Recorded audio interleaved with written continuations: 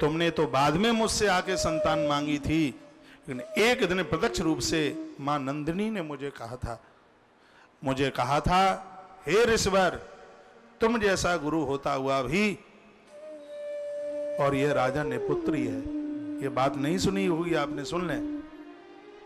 जब वो 4 पुत्र हो गए थे, राजा बहुत खुश था, आंख में आंसू थे, चरणों में गिर पड़ा। दशरथ राजा चरणों में गिर पड़े और कहे, गुरुदेव आपकी कृपा से मेरे घर 4 पुत्र हुए हैं, ये आपने कृपा की। गुरुदेव वशिष्ठ की आंखें भर आईं, कहा, राजन नहीं, यह मेरी वजह से 4 पुत्र नहीं, ये गौ माता नंदिनी की ही कृपा से ये पैदा हुए हैं। तुम्हारे तो मन में बात में आई पुत्र लालसा।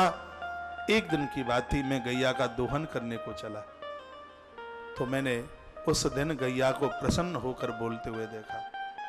नंदिनी ने मुझे कहा था, ऋषवर ठहरो। मैं रुक गया, माँ के मस्तिष्क के पास जाके खड़ा हो गया। मैंने कहा, माँ कोई गलती हो गई है? नंदिनी ने मुझे कहा था, गलती नहीं हुई है, मैं प्रसन्न हूं तुमसे बहुत ज्यादा, और मेरा एक आदेश पूरा कीजिए।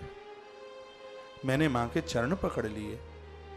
वशिष्ठ कहते हैं, मां नंदिनी ने मुझे बोला, कहा, ऋषवर, तुम्हारे होते हुए क्या राजा का दिया राजा के संग ही बुझ जाएगा?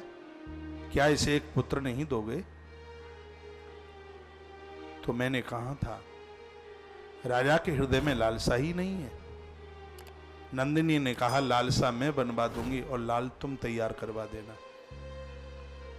मैंने पूछा था मां नंदिनी को, मां इसके लिए मुझे क्या करना होगा? तो नंदिनी ने मुझे कहा था कि मेरा जो घी बना हुआ है, मेरे दुग्ध से जो घी बना है, उस घृत के द्वारा यजन में आहुति डालना।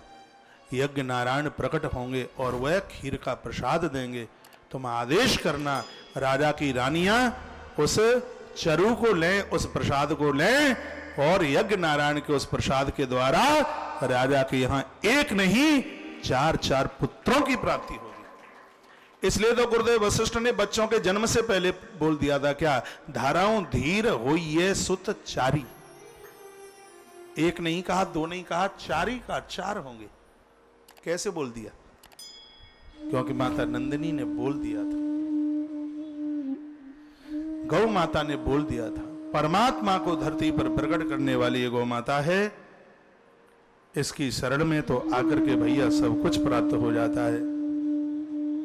ऐसे दूर मत भागिए, इसकी कदर समझिए।